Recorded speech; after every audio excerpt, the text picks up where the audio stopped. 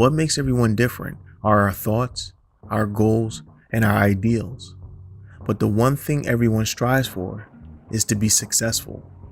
And today, we meet someone that has reached a level of success, a success that not too many people have achieved, which is taking his craft and performing in arenas in front of large crowds on a professional level.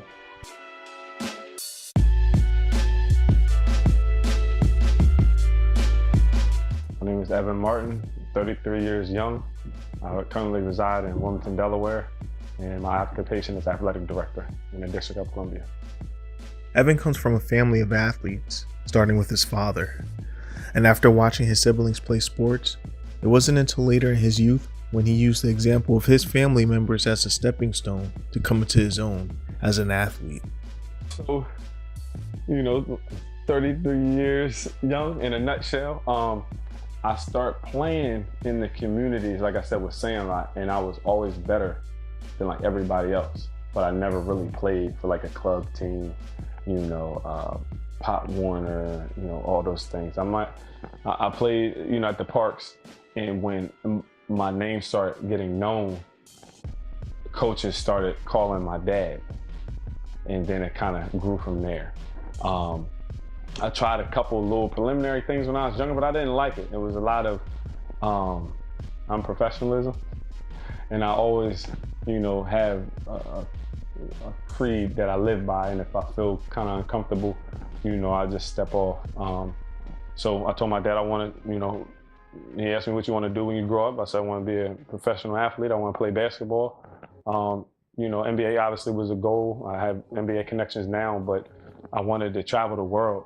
And the European culture at the time, I knew some people that were overseas when I got to high school. They kind of said it was good. You eat different foods, different ethnicities, experience different cultures, different dancing, a lot of opportunities you get,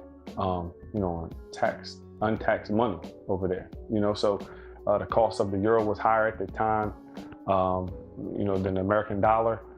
So when I knew that in high school, I was like, okay, I started kind of thinking. I really didn't have a plan set, but I was thinking like, all right, how am I gonna get this done? How am I gonna get this done? Anybody who knows me knows I'm not 7 foot tall and knows I'm not jumping from the free throw line. So a lot of my stuff was like a work ethic, like I said, IQ, and just having a strong motor. So those are the 3 prongs that I kind of focused on as I started to evolve, so to speak. So I went to Hodson Vocational Technical High School my freshman year. We had a boy named Lloyd Price. He was supposed to be there his senior year. He left and went to Oak Hill. When Xavier was supposed to be a lottery pick. And so I went there to kind of play with him, and I knew the scouts was going to be there. So that's when I kind of started to set the stage, so to speak. And when I got there, I was like the only freshman that actually like played in some of the games, in the varsity. So I was like, okay, I knew, I had a little buzz. My assist turnover ratio was like one of the best in the state as a freshman. So that was cool. And then I tried it another year. The vocational school educational setting sets you up for like a co-op in your senior year, a career in whatever shop you choose. So I had technical drafting. I wanted to be an architect, own my own clothing company, play ball in Europe, experience that European culture, and get that artsy design, apparel type stuff from that European setting and play. And that's my primary source of income would have been playing ball. And that was going to be supplemental. But as I started to grow, I was like, okay, I need to go to college, so it wasn't really forced. My mother and father never force fed me anything. So I wanted to do that. When I graduated, I was 17 at the time. So I was real young, I was small, needed time to develop, mature a little bit. I ended up going down to, so 10th grade year, I left there and went to Caravel Academy, College Preparatory High School. It was the closest college preparatory school in the state of Delaware that pushes students to college. I ended up, leaving Caravel my senior year, had 1,000 points in 2 years. So once I graduated from Caravel Academy, I ended up going down to the Laurinburg Institute. Like I said, I needed time to grow, develop. We won a national championship down there. I was top 100 prep school players in the country. And we went back to back. Actually, we lost. They had Charlie Villanueva and Luol Deng on, I think it was Blair Academy at the time. So we were like 42-1, and we lost to them. So it was cool. I had Michael Beasley, a couple guys who were my roommates, and things of that nature. About 9 or 10 of them went to the NBA. Von Wafer, Richard Dorsey. I played with James Harden and some other guys. So I rubbed shoulders with these kind of juggernauts at the time. So my mind was still, my gears were still moving, like everything was falling into place. And from there, I could have went to, it was like 8 or 9 different schools. You had Mike Bragg, UD. I wanted to go. He left and went to Notre Dame. You had Gary Williams. I got #1 point guard in his camp 2 years in a row, and then he made me a camp counselor. So I kind of wanted to go to Maryland. Mike Bray's shooting coach Oppenheimer, he went to DePaul, could have went there. And then my cousin was friends with the coach at LaSalle, so I could have went there. Albany and Duquesne, and there was a couple other schools. So my source of direction kind of was like, go to school, but my umbrella was open at that time. Evan committed to Coastal Carolina University, but after playing for 1 year and finding great success there, he felt he needed more. It wasn't until speaking to his then girlfriend about Delaware State, the school that she attended, that he decided to transfer to further his basketball career. Delaware State wasn't even really on my mind, because the only thing in Delaware was UD that I wanted to go to. But she was like, I got some nice, players, the program is good. So I did some research, and it actually had the toughest conference, the toughest D1 schedule in the United States of America. The first 10 games, 6 of them were against the top 6 schools in the country. So I was like, I'm thinking, my gears is moving. I'm like, I'm gonna tear them apart. Like, you know what I mean? I was going to make the ESPN games. I was going to like really get it in. Like, who's this guy from this school? This mid-major D1 school. After playing 1 year with Delaware State, Evan transferred to Wesley College, where he would graduate from. Even after graduating, Evan still wanted to go pro, and getting to that point took loving support from his family. And then after that, it really wasn't any other, like, anything set in stone. It was like, all right, now you're out in the real world, where are you gonna go from here? I still wanted to go overseas.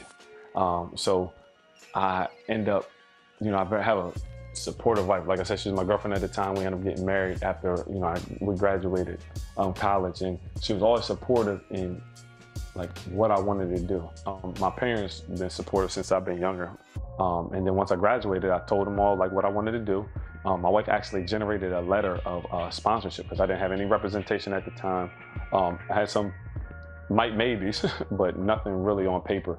And she generated an interest letter and people that wanted to sponsor me. Gave it out to my dad sold cars, so he gave it out to some of his business owners, some of his buddies, some of his clients, and I actually got funded to go to Europe. So I went there for a camp. It was 2 or 3 weeks, and I blew the doors off the hinges. Like, they loved me. They offered me, actually, they were like, normally you go home and they might offer you, because if you don't have an agent there, we'll get in contact with you. A lot of people don't never get that in contact with you call. They told me before I left, they was like, you can stay. And I was like, nah, I gotta go back. I'm freshly newly married. I gotta make sure things taken care of at home. She got a teaching job outside of the District of Columbia. So I was like, I gotta take care of home first. And that's my priority list. My wife and the babies, they come first. So I said, well, the babies weren't here at the time, but I said, she comes first. So they allowed me to go home, get settled. I signed a contract actually when I was over there. And a buddy of mine, Jordan Avalon, is a lawyer. So I sent it to him for him to read it over. He said, it looks good, boom, go with it. Came back, I was home for about a week, no more than 10 days. Moved my wife down, Southern Maryland. Took her to DC a couple of times, and then I ended up catching a flight, and I was gone. So I was leading Switzerland and scoring for a while. It was me and 2 other guys that was jumping back and forth. So it was highly competitive. Went to Italy, France a couple of times. France more, I think France was probably my best play. I like that culture over there. The more comfortable you are in an environment, the better you play, when you're in those tight places. So that's where I went from there. Evan worked hard to accomplish all that he has. And as you can see, he continues to work hard to keep his skills sharp.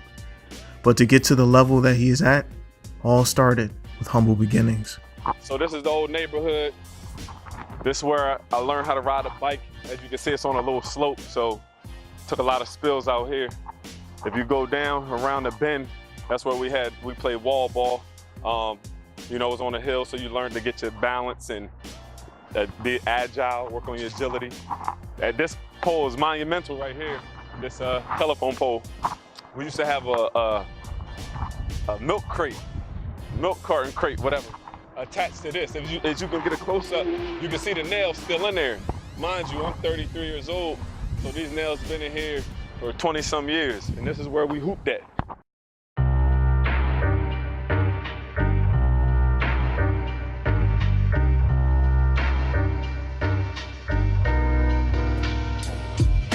Yo, so this is where the center, West Center City, where I grew up at. You know what I mean? Like tournaments, leagues, and all that. What's going on? Yo, what's up? What's up? What y'all videoing? Yeah, man, we doing a documentary. What's up? What's going on? How you been? Everything good? Good. Just doing a documentary.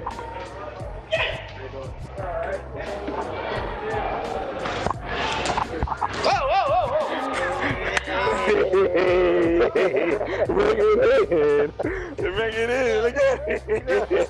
What's up? Once Evan was old enough, he was able to go to this well-known community center where he was able to develop more as a player and be amongst the names of local legends. But I mean, this is where it go down at, man. You look, right here, the Mexican yo, this is like Rucker Park in New York. This is kid it. that you know that's in college and at all the big schools and all that, they came through here. They had to. Yeah, This where you get that inner.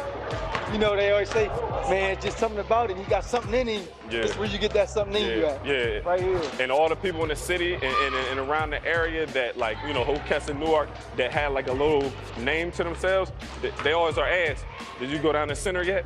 If you come down here and you able to still play at that level, then they know that you know what I mean, you can go. And then it's crazy because your parents, even if you're young, and it's kind of shaky on the first coming, they keep bringing you back. Mm-hmm. Like you get like it's something in here that you gotta get, man. You gotta get that. Yo. You gotta get that. And then the funny thing about it is, when I first started coming, mind you, I grew up two blocks down the street.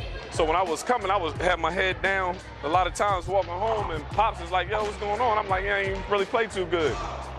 Like you said, go right back.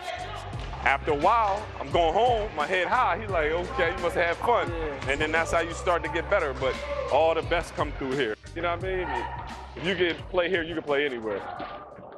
Another popular location for ballers to play is under the I-95 bridge, and Evan shares this memory with delight.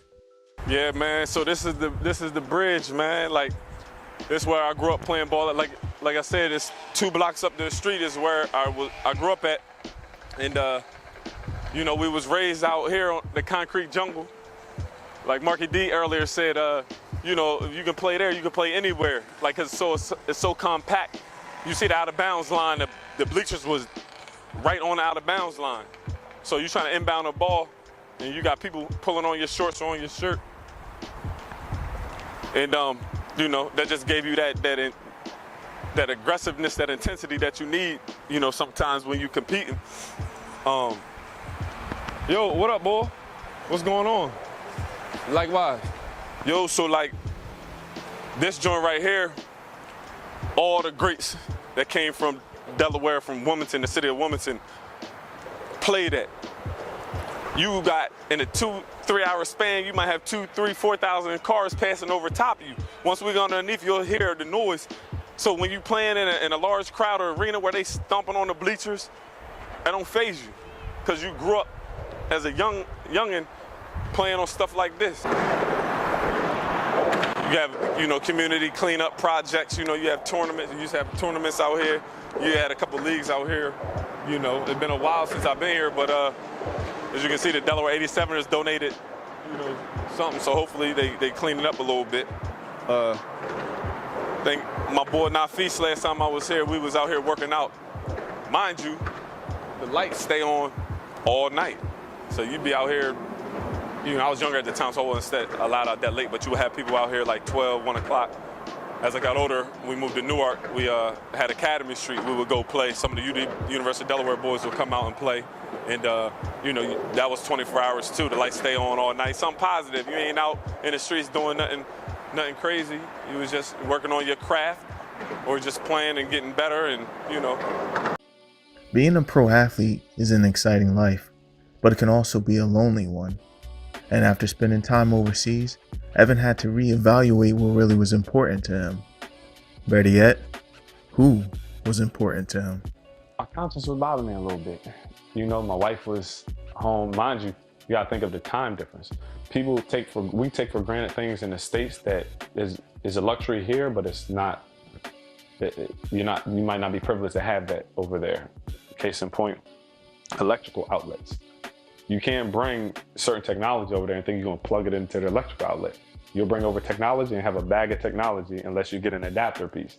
So like those type things, I kind of had to get down, had to get a cell phone, and luckily the owner of our club, she gave us her car. We could take that when we wanted. We had a nanny called Munya, and she was really a nanny. She really didn't know English. She was just like, "You want to eat? You want to eat?"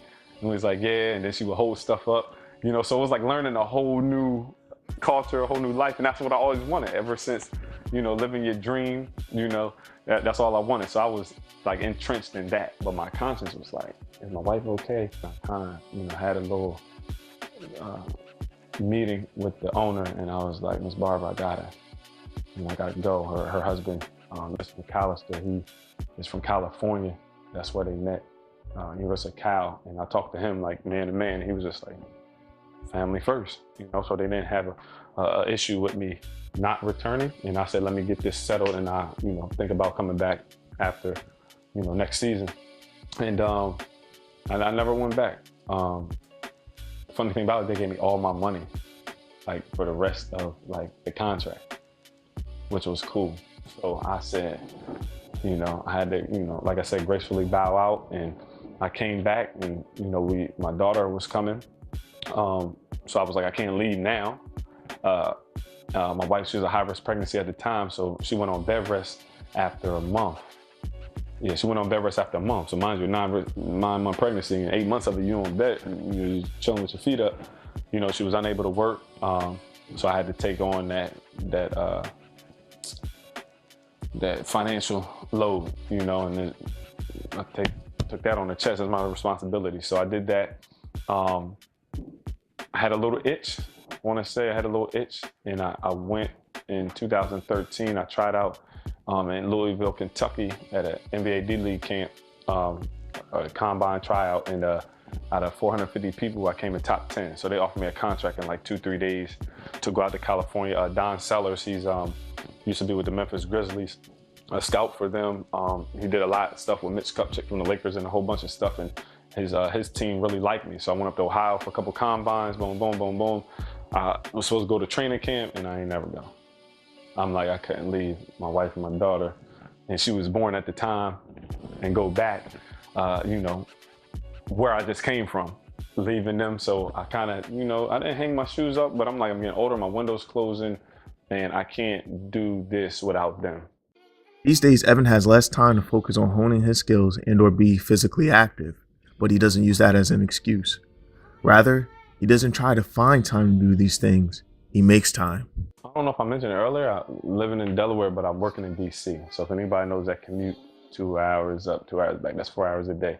So it's really hard to be as active as I was in my current, lot in life.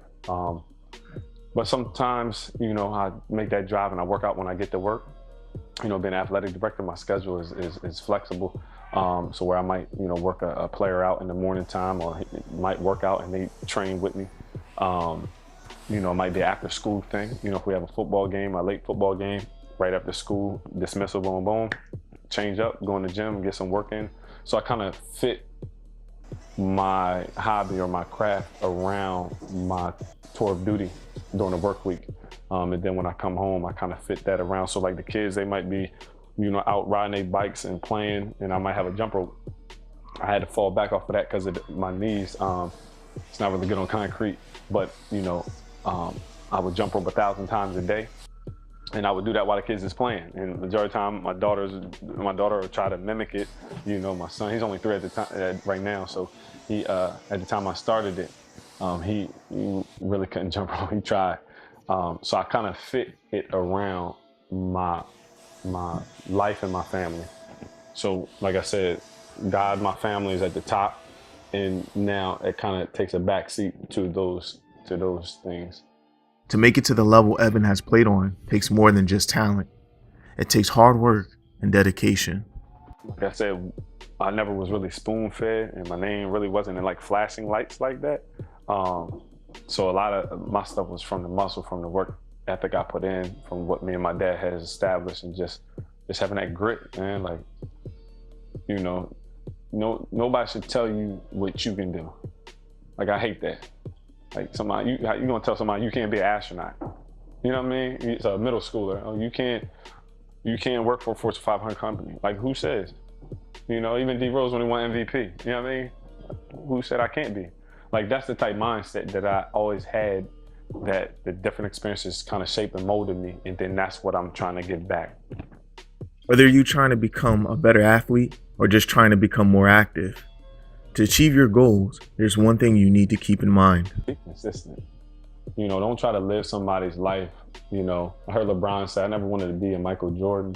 You know, I wanted to be the best me I can be.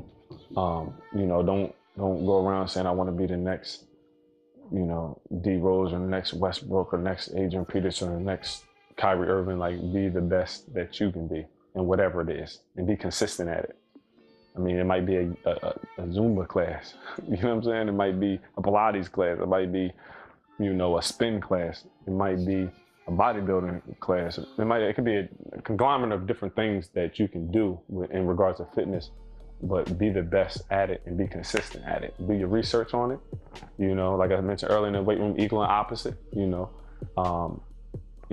Navel to spine, which helps your core when you're lifting, especially heavy.